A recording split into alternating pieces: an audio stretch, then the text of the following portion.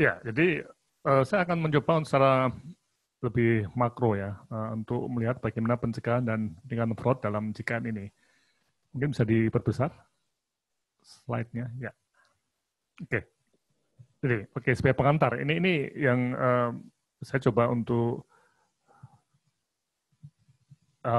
kembangan ya. Jadi ketika bicara mengenai sistem siklus program anti fraud itu memang ada semacam tadi yang Mbak Putih itu menyatakan mengenai awareness tadi ya, awareness, kemudian reporting, detection, investigation, sampai sanctioning ya. Jadi fraud itu bukan sebuah masalah sepele yang tidak ada sanksinya. Jadi selalu ada sanksinya ya. Ini tentunya adalah sanksi hukum ya, tidak hanya sanksi administrasi. Bahkan di Amerika Serikat sudah sampai ke FBI dan mereka menghadapi mereka itu artinya petugas anti fraud di sana menghadapi sindikat ya, jadi tidak hanya orang-orang biasa yang mereka hadapi. Coba kita lihat ya, memang awareness ini menjadi satu kunci ya untuk mulai reporting dan deteksi.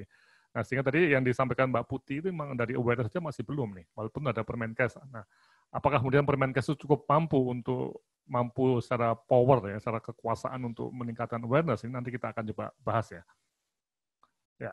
Nah, poin penting, jadi ini titik awal untuk investigasi, jadi pengendalian. Semakin cepat fraud terdeteksi, semakin cepat pula kerugian fraud terhindarkan.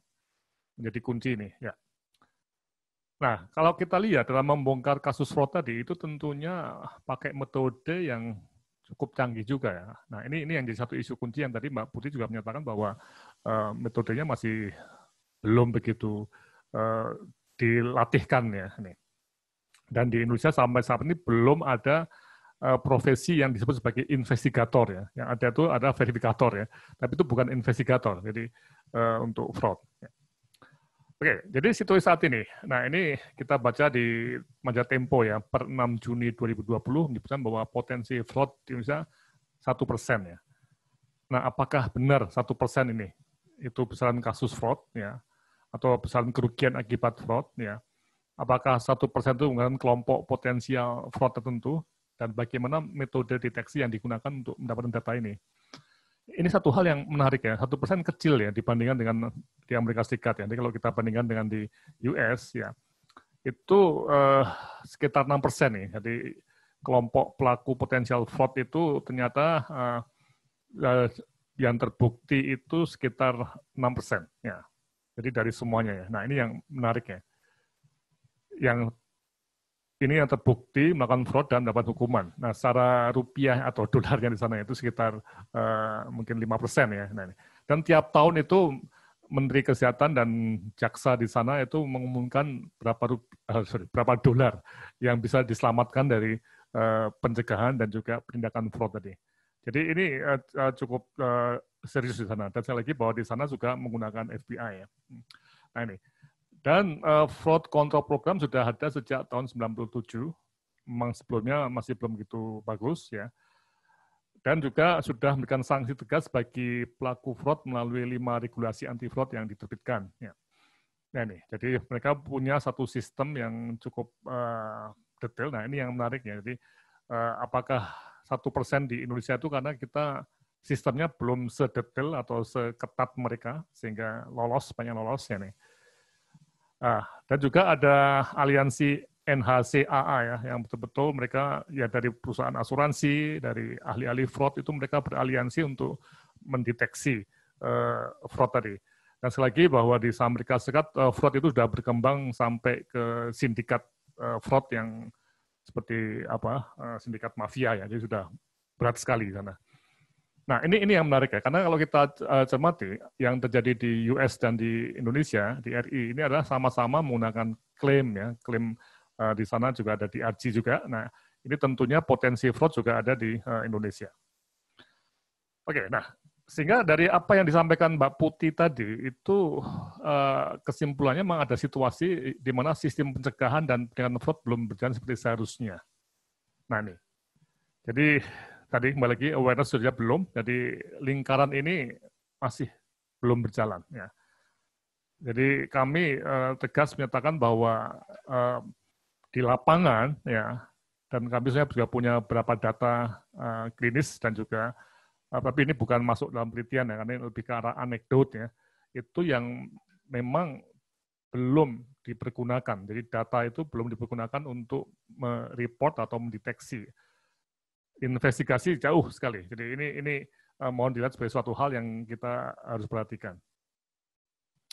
Nah, memang tadi kembali ke sistem tadi, kita harus punya macam hal-hal yang lebih optimal ya untuk deteksi fraud. Jadi ini seperti kita membuat jaring yang lebih ketat ya. Misalnya membangun sistem pengaduan terpadu ya, misalnya khusus untuk fraud ya. Kemudian juga melatih pihak-pihak terkait. Nah, ini yang jadi satu isu yang menarik ya. Siapa pihak-pihak terkait ini ya?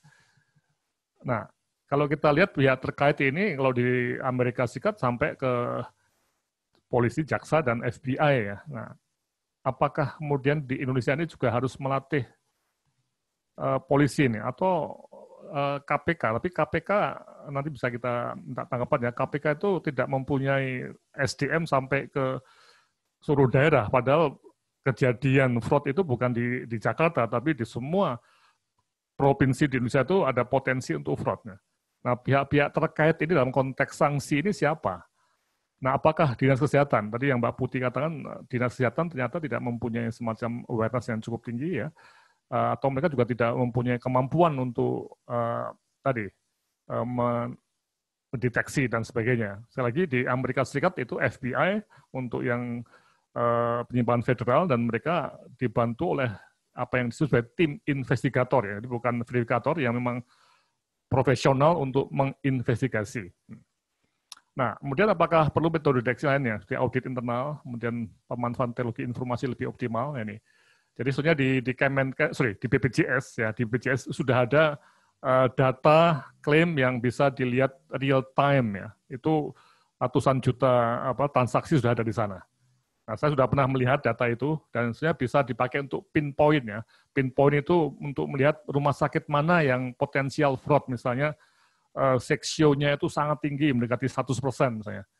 Nah, bertahun-tahun seperti ini, apakah tidak terjadi satu potensi fraud di rumah sakit yang seksionya sangat tinggi? Nah, ini data ini saya bisa dipakai untuk ke sana, tapi sampai sekarang itu belum pernah ada data yang dipergunakan, data klinis ya, klaim tadi yang untuk deteksi potensi fraud.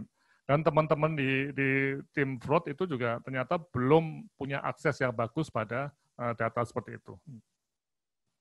Nah, kemudian deteksi tadi, ini apakah juga secara mandiri itu ada semacam kesadaran ya, tim anti fraud di berbagai lembaga itu untuk daripada kita didatangi polisi ataupun mungkin KPK, lebih baik kita secara mandiri itu kita mencegah fraudnya nih. Nah nih, kemudian hasil deteksi potensi fraud tadi tidak lanjut dalam bentuk investigasi, memberikan sanksi kepada pihak yang terbukti melakukan fraud tadi. Nah, ini yang salah satu hal yang mungkin menarik ya, karena undang-undangnya belum jelas ya, di Undang-Undang SCSN dan Undang-Undang BPJS ini tidak jelas menyatakan mengenai bagaimana fraud itu dilakukan ya, atau dicegah ya. Ada hanyalah kendali mutu dan kendali biaya. Jadi satu frasa yang sangat sumir ya untuk melakukan pencegahan dan dengan fraud ya.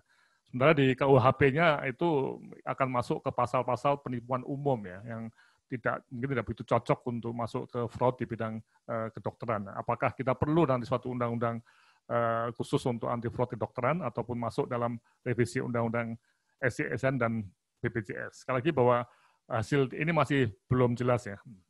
Oke, saya kira ini yang bisa saya sampaikan, dan mohon dilihat bahwa ini penelitian yang grounded atau realis di berbagai provinsi ya. Jadi kami melihat, dan juga ada saya sebagai konsultan juga sering melihat di berbagai tempat itu memang sekali lagi bahwa sistem pencegahan dan penindakan fraud itu masih belum berjalan sebagaimana mestinya. Kalau kita bayangkan bahwa sistem CKN, klaim inasi biji DRG ini kan kita import dari Australia atau dari Amerika Serikat, tapi sebagian dari komponen yang harusnya kita import itu masih ketinggalan di sana, yaitu komponen pencegahan dan pendidikan fraud yang masih belum ada di Indonesia. Saya demikian dari saya, Pak Hanafi.